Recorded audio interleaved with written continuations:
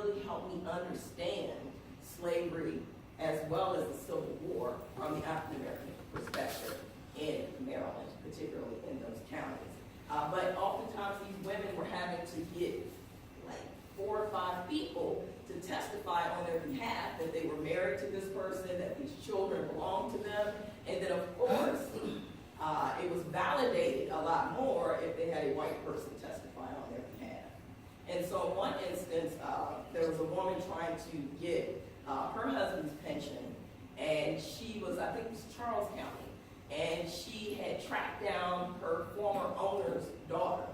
And she had former owner's daughter had a hard time after the war. She was actually working in a hotel after the war was over. So she tracks her down and she said, can you testify on my behalf that these are, my husband's children? And this woman was very bitter, and she flatly refused to give any testimony to support her in getting that pension, right? So you find that situation as well. Okay. Let me see what other pictures we have here. Oh, when I was talking about the prison, not only did I find the women that I was looking at in prison in Washington, D.C., they were in prison in the county, but they're also making their way to Baltimore, and they're being placed in prisons there.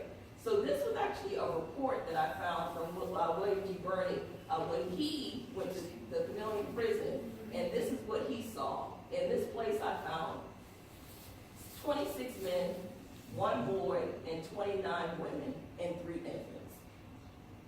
In this prison, he said, no trees or shrubs grow, and the midday sun pours down. It's scorching rays. So there was no protection throughout the day for these African Americans who were in these prisons. He talked about the men being chained down all day in these prisons, and he also talks about children being born in these prisons. So that was very interesting to get his account. And oftentimes, again, when the Union Army goes to these prisons, they're taking the men and enlisting them, and sometimes the women are left to their own resources.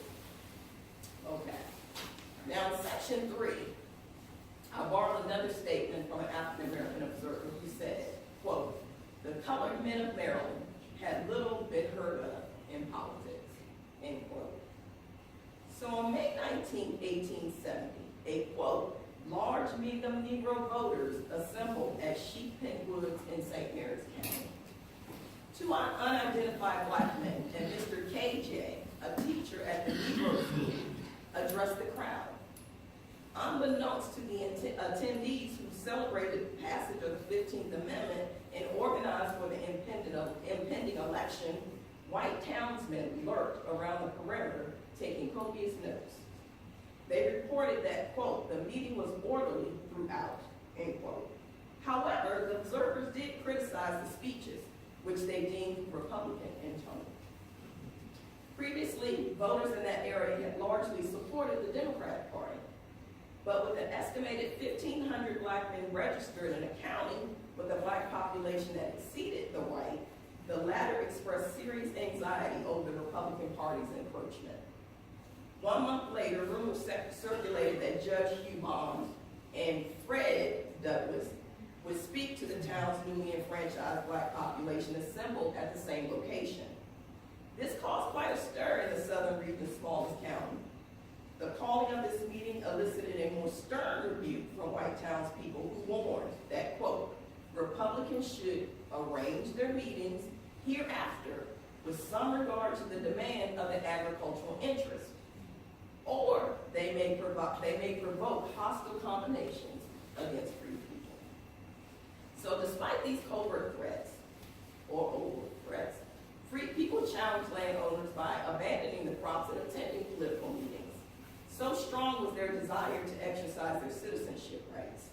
Their tenacity was compounded by the fact that unlike their counterparts residing in the former Confederacy, who had already participated as delegates in state constitutional conventions, which codified suffrage for all black men of a certain age without regard to race, they had been denied access to the body politic. Maryland's constitutional conventions held in 1864 and 1867 excluded black people. In 1864, the Unionists who led the charge to end Maryland's peculiar institution dismissed the notion of Negro enfranchisement. 3 years later, the Democrats controlled the body assembled to draft the new state constitution. They swiftly reinforced previous legislation that denied suffrage to freed men. Hence, Black Marylanders were left to negotiate new terms of social and political freedom with two oppressors. In this section, I argue that Black Marylanders played a limited role in post-war politics. For that reason, it is less about the participation of Black people in Maryland politics and more about the instruments used to hinder their political agency. The intervention of the federal government in the former Confederacy post-war political transition allowed the former slaves to ascend to local, state, and national office. Conversely, Maryland's Union loyalty and internal process of emancipation undermined the federal government's capacity to demand that the state abolish laws that impeded free people's ability to participate in the body politic. This proved detrimental to Black people, for early on their absence empowered an all-white legislature to ignore the needs of the state's free people as they directed the process of self-reconstruction. Moreover, in the 3 short years, Democrats redeemed the state. The confluence of the government's approach towards Maryland, coupled with the reemergence of the Democratic Party, presented Black people with considerable obstacles. For their part, Democrats instituted policies intended to shape freedom for Black Marylanders. Paramount among them were exclusionary measures that denied Black men participation in the state's 1867 Constitutional Convention, which reinforced laws that denied them access to the franchise. Ultimately, those years of being denied the vote precluded freedmen from holding meaningful positions in local, state, and national government, even in counties where Black people maintained a numerical advantage. This reality compelled one scholar to bemoan that Black men had no meaningful place in Maryland politics in the post-war period. Nonetheless, freedmen eager to take part in Maryland's post-war government organized, agitated, and prepared themselves for political salvation. Not so ironically, that salvation did not come within the state. In 1870, Maryland was compelled to extend the franchise to Black men only after Congress enacted the 15th Amendment, and it was ratified by the states. Congress's motive was evident. Even a county newspaper readily acknowledged that the amendment was directed at the border states. And this is a quote from that newspaper. At the North, the colored vote is entirely too insignificant to make the subject of the slightest practical importance. At the South, colored men are already entitled to all the privileges of voters and are eligible to hold office under the provisions of their own state constitutions. Consequently, the only states where the amendment will work any change in the practical order of things, which will be at all felt, are the border states: Delaware, Maryland, and Kentucky. After it was ratified, Black men sought to exercise their right to participate in local and state and national elections. Democrats, however, diligently worked to silence their political voice. With the federal government tending to civil matters in the former Confederacy, newly enfranchised Black men residing in Maryland were contending with Democrats who conjured schemes to weaken the 15th Amendment. The constitutional amendment was indeed necessary and critical, but the Black vote meant very little without the benefit of additional federal protections and the extension of other citizenship rights, which may have allowed for Black men to participate not only as voters, but as office holders. However, Maryland Democrats had their druthers. The franchise would have continued to be limited to white men, even in the former Confederacy. In 1866, the Maryland State Legislature weighed in on the national debate concerning the extension of voting rights to the freedmen in the former Confederacy. They admonished Congress for attempting to usurp the state's power to control the franchise. And this is a quote: "Resolved that the control of the elective franchise is a function residing in the states, and may be restricted or enlarged as said states may deem most advantageous for the public welfare. That any attempt by Congress or other coordinated branches of this government to force universal Negro suffrage without the consent and sanction of the states would be open and unauthorized interference with the principles upon which this government was formed, and unwise and impolitic in the condition of public affairs." So, again, while they are withholding the right in 1866 for Black men to participate in the franchise, now they're telling the government that other states should have that right as well.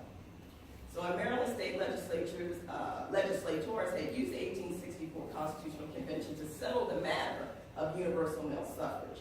Hence, the Constitution that dealt the final death blow to the state's peculiar institution also denied the franchise to freedmen. As a result, black men struggled for more than 5 years to have their political voice heard. Until then, continuity defined pre-war and post-war state politics. Now, something very interesting happens, though, in Southern Maryland, because once that constitutional amendment is passed and black men are able to participate in voting, in Southern Maryland, because there's such a large population, you actually have Democrats who pander to them. So you find in the local newspapers where they're holding carnivals and picnics to try to appeal to black voters because they understood that they could really sink their political hopes if they went out en masse and voted against them. Now, of course, you have most black people who are wedded to the Republican Party because they associate that party with their own freedom.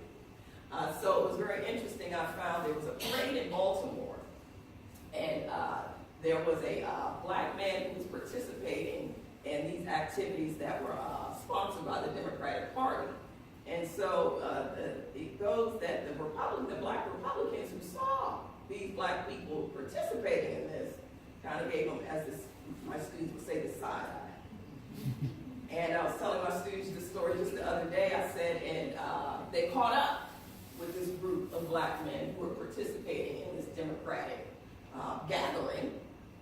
And I don't think they were so nice to them when they expressed their dismay that they would be participating in these activities. So I'll leave it there.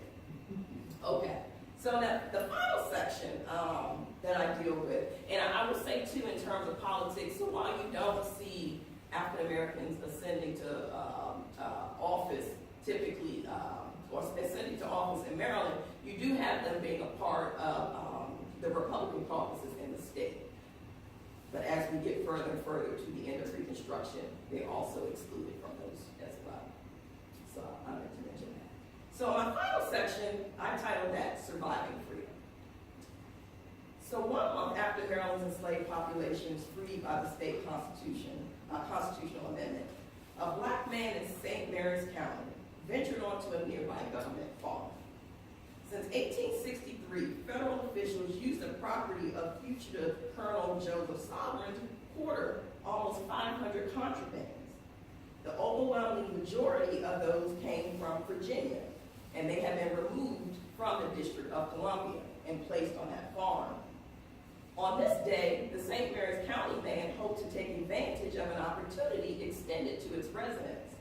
He approached W.W. Wheeler, a northern missionary assigned to the farm, and asked for permission to attend his school.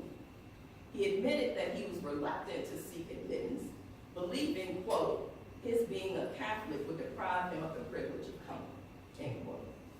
Wheeler assured the man that regardless of his religious background, his presence was welcomed. Although the missionary desired to convert him, he pledged to, quote, say very little to him personally about religion for fear he would be alarmed and cease coming, end quote. However, Wheeler had no cause to worry, for despite his overt efforts to convert the St. Mary's County man, he regularly attended classes and, according to the Northern missionary, became an astute scholar. Once presented with the opportunity to improve his condition, the freeman approached learning with a degree of enthusiasm. He was not alone, for scores of newly freed people from St. Mary's County took advantage of this opportunity. Desperate to extend the notion of freedom by erasing illiteracy, freed people and their children traveled for miles to attend the school. That is, until the school was closed due to a dispute that erupted between the farm superintendent, Edward O'Brien, and Wheeler. While they were disappointed by the abrupt closure of the facility, St. Mary's County freed people, like their counterparts throughout the region, have inculcated the lessons from the Civil War. Hence, I argue in this section that as Maryland commenced this transition from slavery to freedom, regional blacks recognized the inherent limitations of depending on the federal government for their immediate needs. Since Maryland remained in the Union, the Freedmen's Bureau was never permitted to extend the full measure of its Reconstruction efforts to the state. Moreover, Democrats who swiftly redeemed the state in the war's aftermath that were disinterested in providing any assistance to freed and to place them on equal footings with white Marylanders. This section contends that regional blacks residing in the most hostile areas of the state underwent their own form of self-reconstruction. Black Southern Marylanders understood that surviving freedom would entail exploiting every opportunity to improve their conditions, and by extension, the communities in which they lived. As a result, they established institutions, provided for relatives, and when necessary, migrated to other areas where there were more viable social economic opportunities, as well as federal and philanthropic aid. Thus, Southern Marylanders had a multi-layered approach to confronting the obstacles that threatened to restrict and deny them the ability to progress in the post-war period. With the lack of federal intervention on their behalf, regional blacks had to employ methods to soften their transition from slavery to freedom.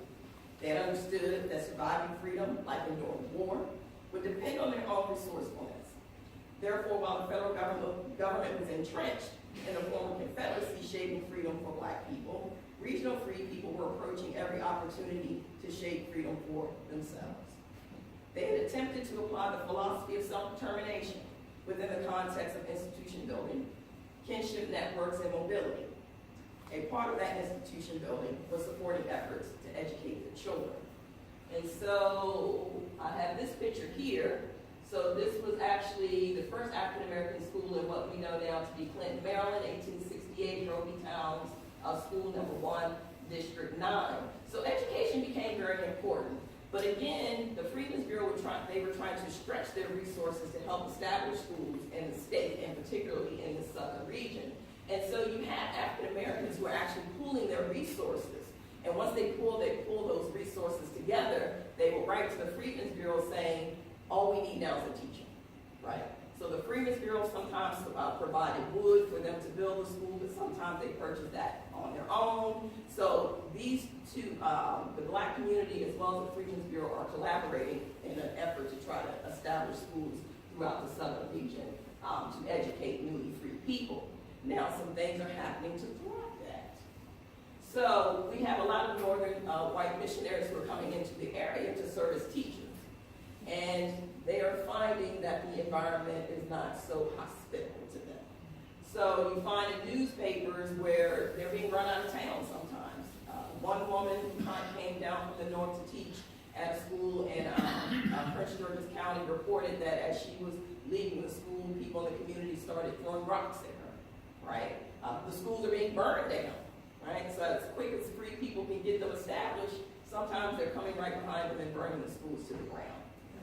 So you have all those situations they're trying to contend with all those situations as they're trying to get educated. Some of the free people that I came across, when you talk about education, because so many of these southern states had these laws that made it illegal to teach black people how to read and write. When you get to some of these educational institutions, these are schools that have young children up to elderly people in them, right? Because you're having to educate and give rudimentary education to all of them. And so I came across one elderly black woman who said that she wanted to learn how to read. And she said, you can do all the rest with the children, but I want to learn how to read because I want to be able to read the Bible for myself for the first time. Right? So her mission was just to be able to read the Bible. She wanted literacy enough to be able to do that.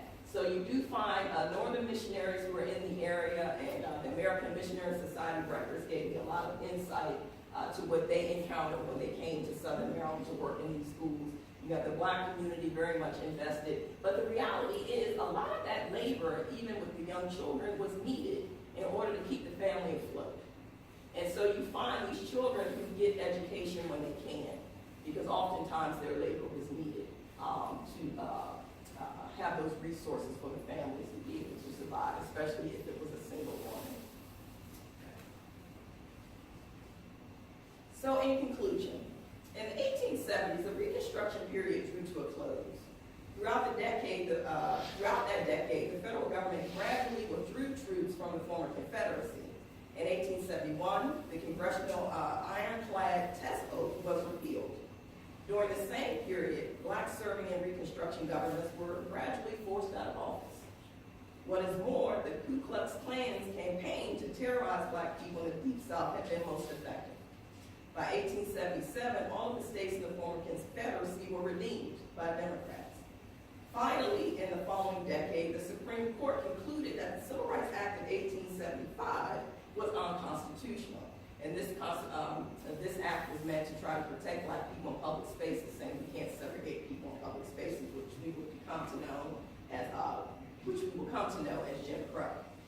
While there is no definitive date that marks the end of Reconstruction, according to a lot of historians, it is apparent that some of the post-war progress that occurred when the radical Republicans maintained control of the South had begun to wane and wither by the 1870s.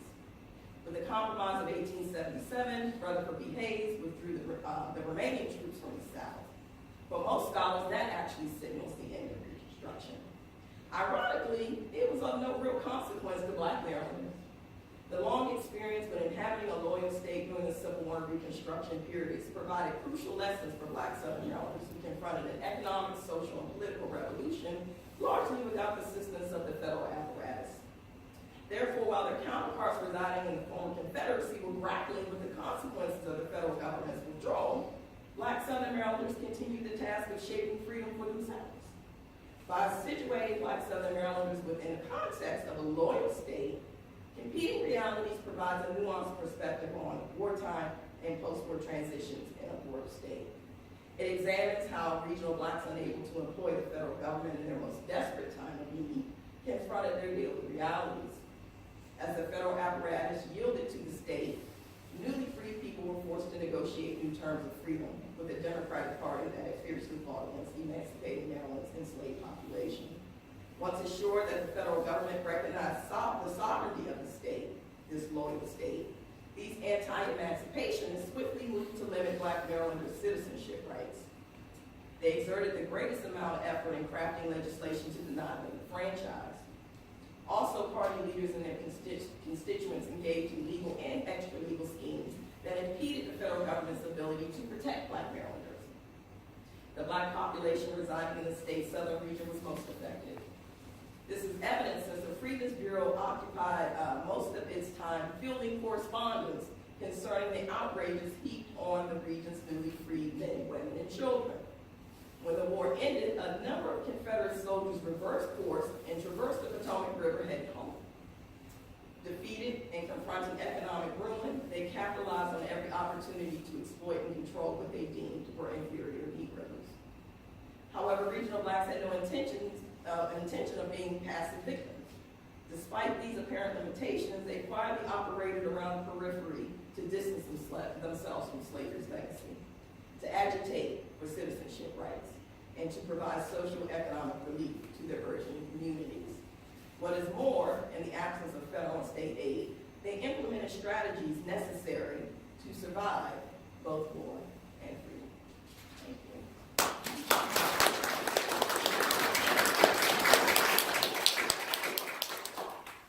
So we can open it up to questions. When the freed Blacks in southern Maryland counties encountered all these difficulties, was there a big push to migrate to northern Maryland, like to Baltimore, for industrial jobs? They are absolutely going to Baltimore. And ironically enough, in the records, you find a lot of them already in Baltimore anyway, right? Because Washington, D.C. was a destination for a lot of Black people who were in those counties that bordered the city. But when you talk about Anne Arundel, they're going to Baltimore. Because when you read about Baltimore, they're talking about the quasi-freedom that they experience there, even if they're enslaved, right? So some of the same arrangements I found in D.C., where they can go to Baltimore and they can work and they can send money to their master, because Anne Arundel County is moving towards mixed agriculture, so they don't need that slave labor year-round. So it was very advantageous for some planters, so they didn't have to provide food, shelter, and clothing, just to let them go. And so they would either let them go and let them live freely, still understanding that if they needed them, they needed to come back. But and then they would arrange with them to go to Baltimore and settle and work in industry and send some of that money back, or save that money up to eventually buy their freedom. So those same arrangements are happening in Baltimore, but it just depends on the proximity of the county. If they're close to Baltimore, they're going to Baltimore, because that's where Emily Plummer was headed, because she knew people in Baltimore. And then after the war, Baltimore becomes very important. And one reason I found that it became very important, because as I was looking at those medical records of those men who were part of the United States Colored Troops, a lot of them lost limbs in the war. So they couldn't necessarily go back to those plantations and do that heavy manual labor. So they had to find another form of labor to engage in. And several of them go to Baltimore to find other sorts of labor that is not necessarily heavy manual labor that they can engage in because they're missing arms, they're missing legs, right? So you find that. So Baltimore is very important. Yes. So what, can you just speak a little bit more about the Freedmen's Bureau and what their role was? Was it state, was it federal, and was it run by blacks, whites? No. So the Freedmen's Bureau was organized right at the end of the war. Actually, how many of you heard of Howard University? Right. So Oliver O. Howard actually transitions after the war into becoming the head of the Freedmen's Bureau. And the Freedmen's Bureau was responsible for helping to ease and transition African Americans from slavery to freedom.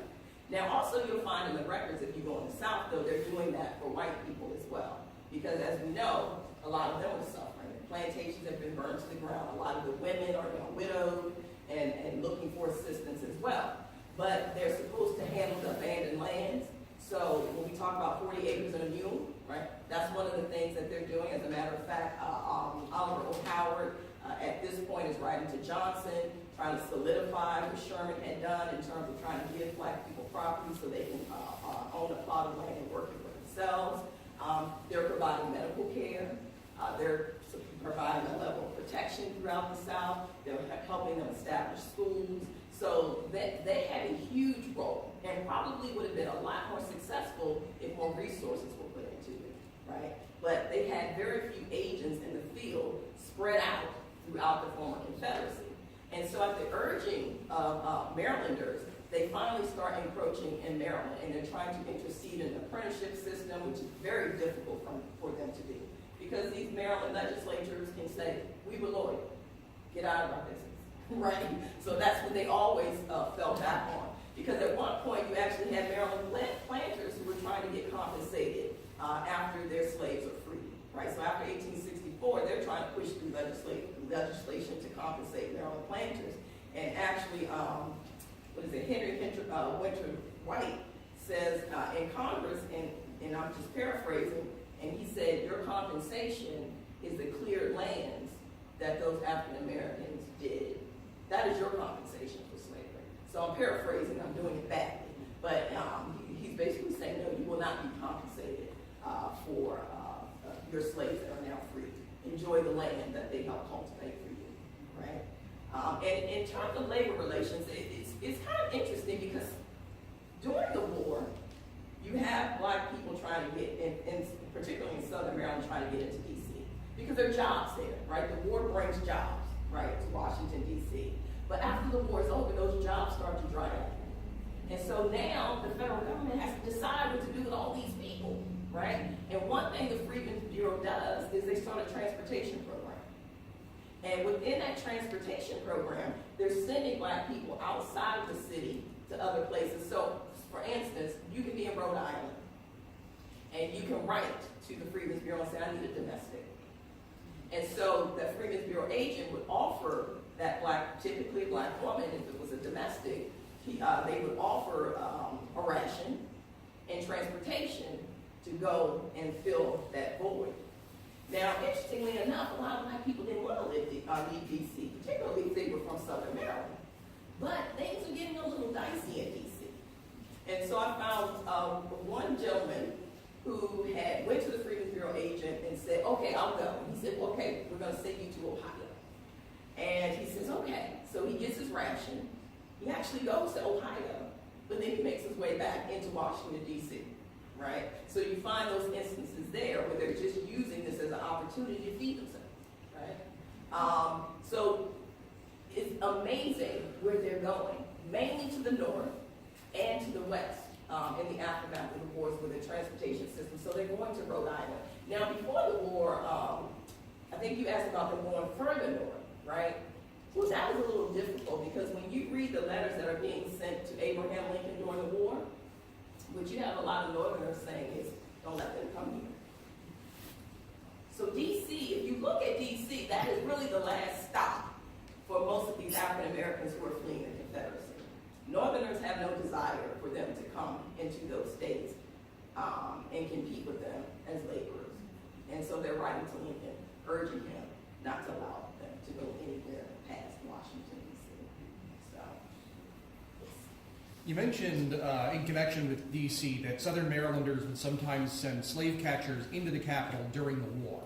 How successful were they, and was the Union Army complicit at all in their success or lack thereof? According to a Harper's Ferry article, Harper's Weekly article I saw, they thought that they were very complicit, right? So the slave catchers were going into some of those camps and retrieving some of those folks, right? There's also evidence that they're selling them during the war when they capture them, right? Selling them into the South, right? There's a really complicated history that we're untangling right now about what actually happens and when slavery actually ends, right?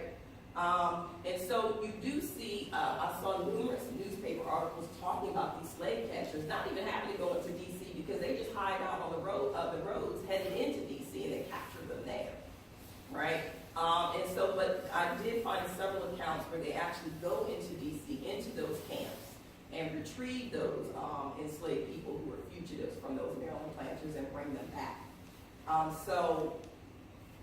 you know, D.C. kind of dances around the border states, right? The federal government kind of dances around all of that because you never knew, even if you were a black man escaping, you never knew if you were going to be returned by the Union Army to your owner if he showed up, right? So you have some instances where the Union Army, like, you know, taunts the slave owners and tells them, get out of here, you know, we're not giving them back.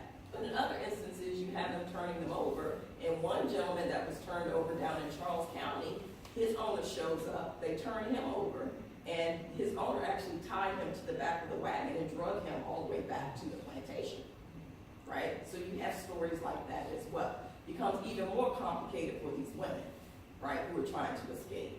That becomes even more complicated. And the women are the last to escape, right? Typically it's the men who escape first.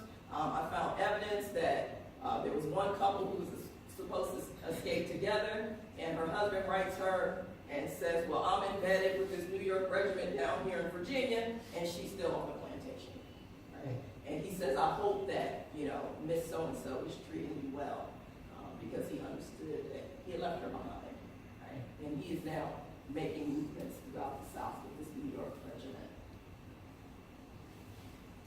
When did the D.C. schools finally integrate? The year? Oh, wow.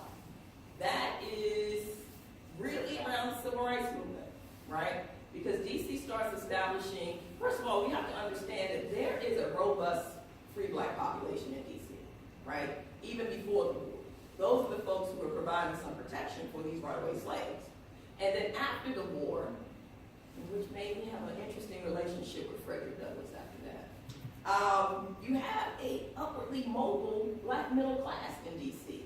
And they get really organized to try to support those refugees who are coming into the city. They're starting all sorts of organizations to try to support that population that's coming into D.C. But after a while, you start hearing hints that they're being lumped in with these poor fugitives. And a lot of them didn't like that. They wanted to be able to distinguish themselves by class. But you see very famous, right? We know about these very, very famous black schools that are being established in the aftermath of the Civil War. As a matter of fact, I was talking to somebody recently, and those are my in-laws, and Washingtonians, and they also spoke about, you know, how their great-grandmother lived in Virginia, and as she goes into high school, she actually has come into D.C. to get the high school education because it's not offered in Northern Virginia, right? So D.C. really becomes a model, right, after the Civil War for a upwardly mobile black community. But D.C. also is a part of Brown v. Board of Education, right?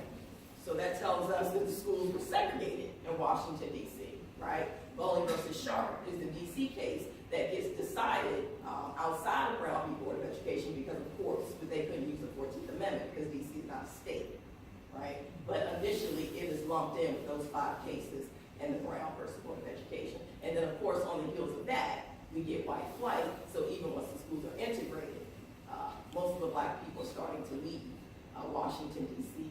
anyway. And that's how I even became interested in this topic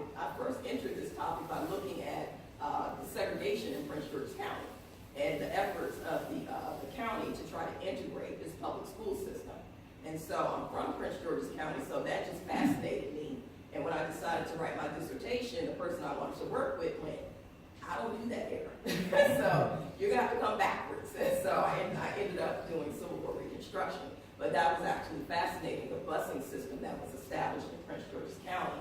I tell people all the time, although Brown versus Board of Education was decided in 1954, Prince George's County doesn't come from under court mandate until the 1970s, because that is the first time they have an acceptable plan to integrate the public school system. So. You mentioned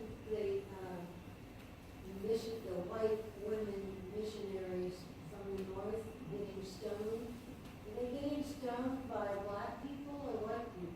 White people who were very upset that they were there, because they were coming into the South even before the war ends, right? So when we talk about the Port Royal experiment, those were missionaries from educated missionaries, primarily women, some men, and even black women like Charlotte Fortin went down there as well to start educating these newly freed people.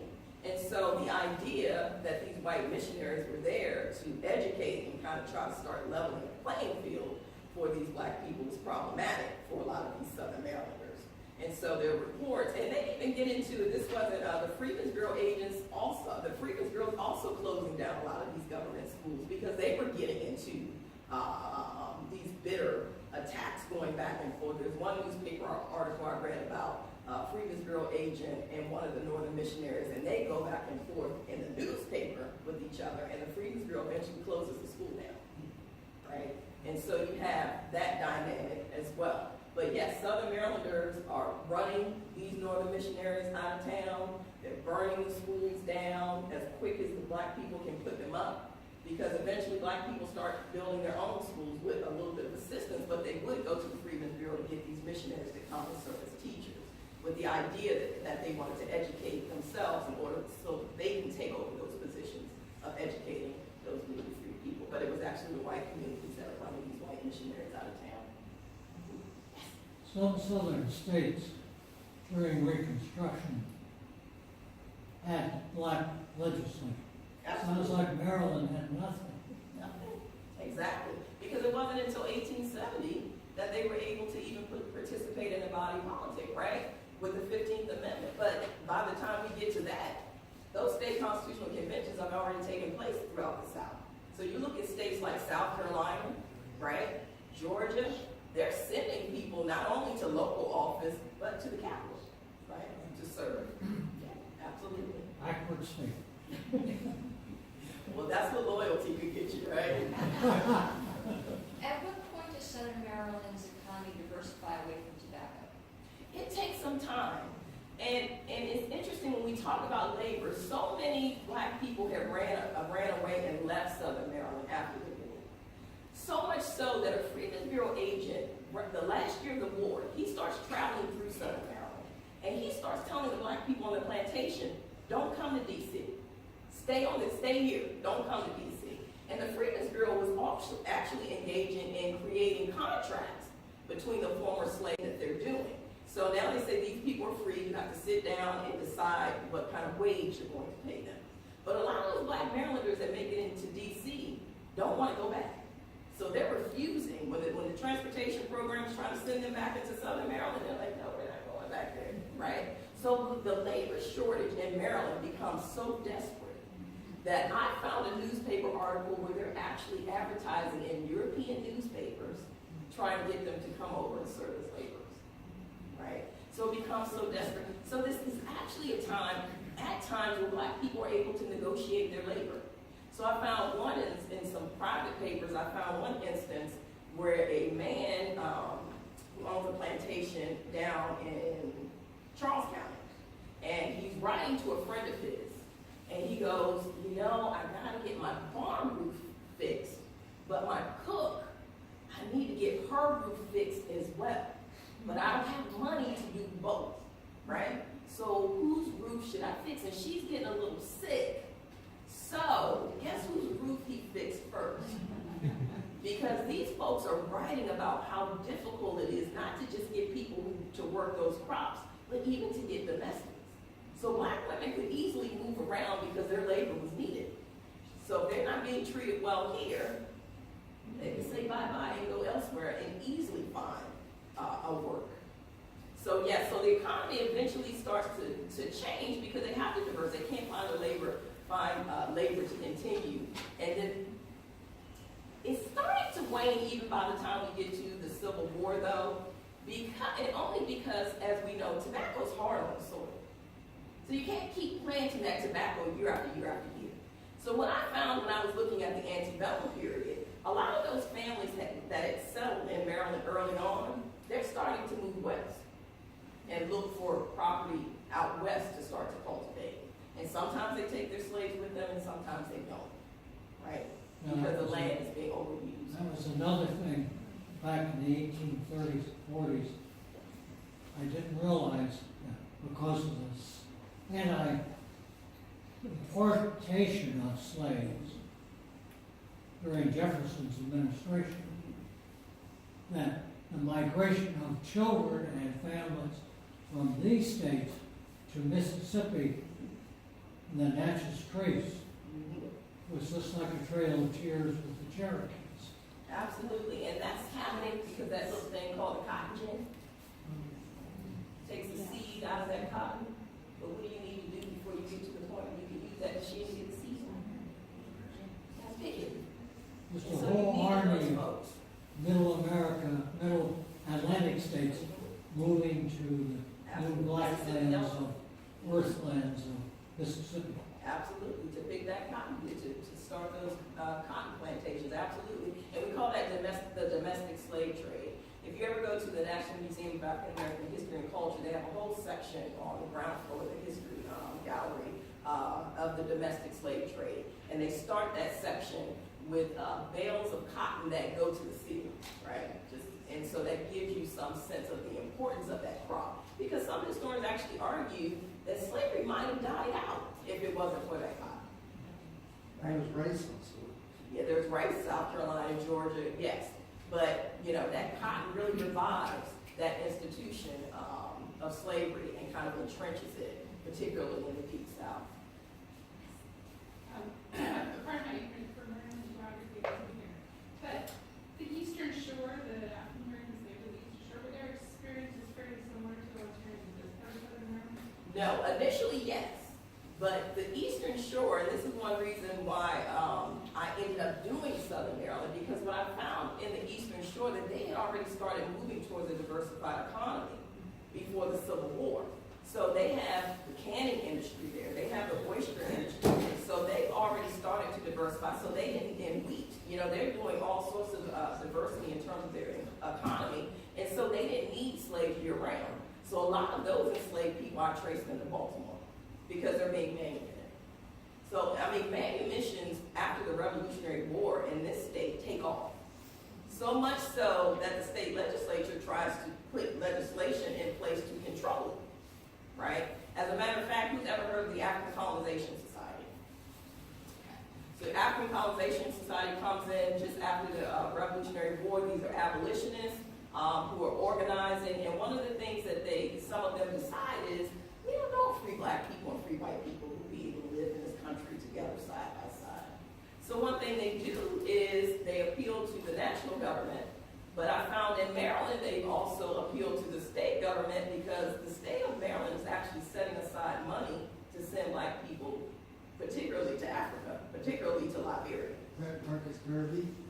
No, that comes a lot later. This is actually an organization of abolitionists, and one of the things that they start to do is to carve out space in Africa to send newly freed people. Because people are concerned, right? After the American Revolution, these northern states start to move towards gradual freedom, and so you still have slavery entrenched in the South, and now you have freedom coming to the North.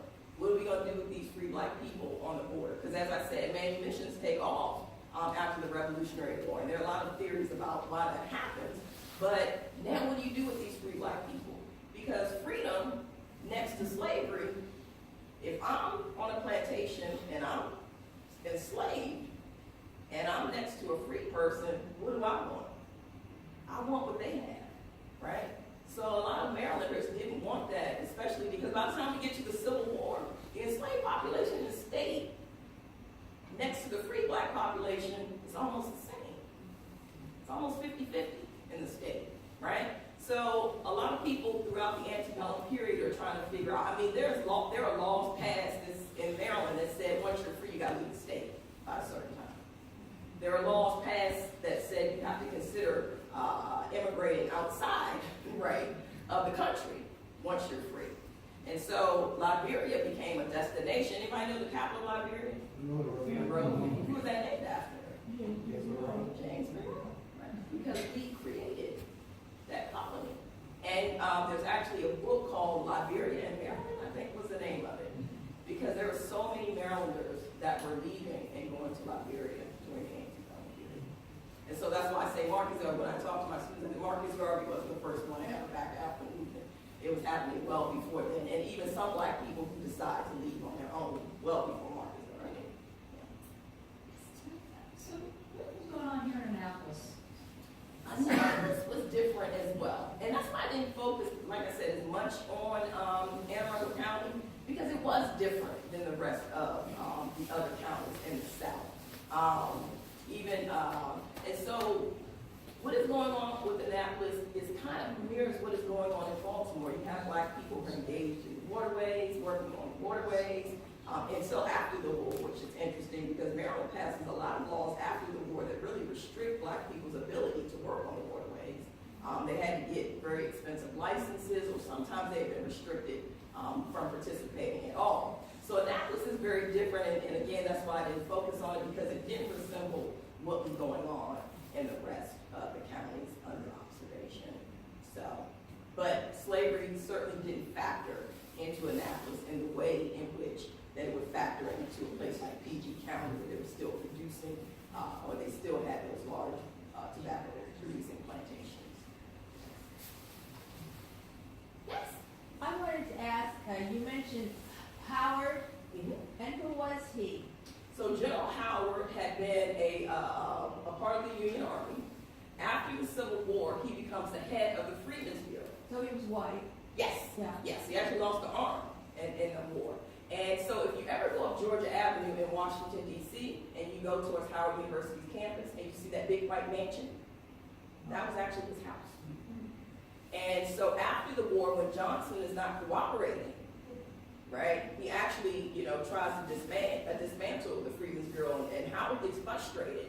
And so he actually opens his house to start to educate newly freed people.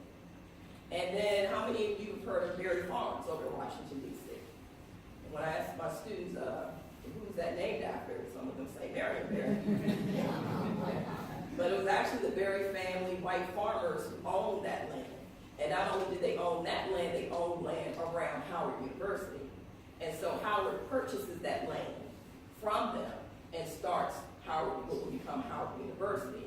And then the land that they had over at Berry Farms, they actually becomes a freedmen's village, right? So they allow the government to purchase that land to start a freedmen's village, right? So if you drive through that area, particularly around Howard, all of those streets are named after white abolitionists.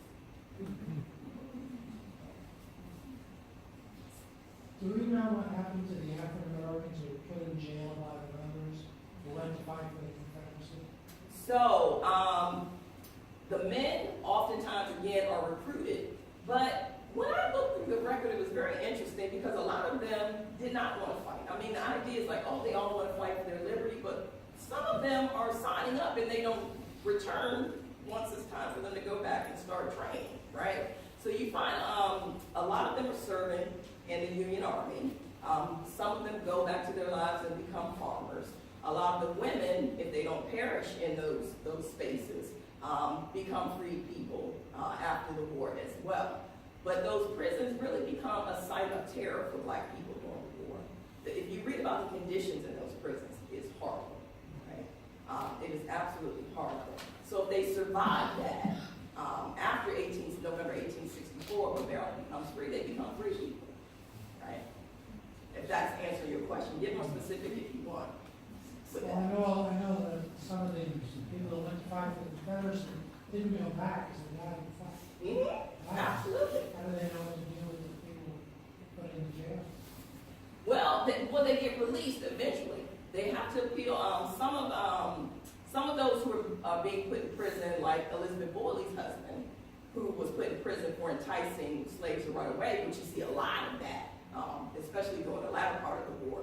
I mean, you actually have some, I've read about some interracial bands of people who are coming into places like PG County to free slaves, right? And white men who are driving carriages full of black people who are coming to get their families out of the counties. And all of them are being arrested.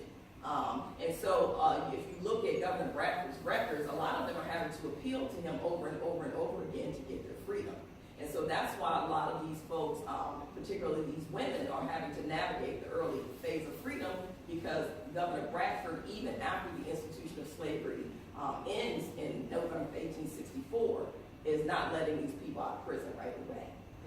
There's one instance, I don't know what Letha Brown did to the governor, but months after the emancipation of enslaved people in Maryland, he is still writing, trying to find this woman who had been accused of working with others to free slaves. And I mean, well into 1865, he's still appealing to have her captured and brought back to the state of Maryland. So I'm still trying to figure out what she did to him, because he specifically cites her in his documents. Find her, apprehend her, and bring her back to Maryland to stand trial for enticing slaves to flee. So, any other questions? Thank you again. Thank you.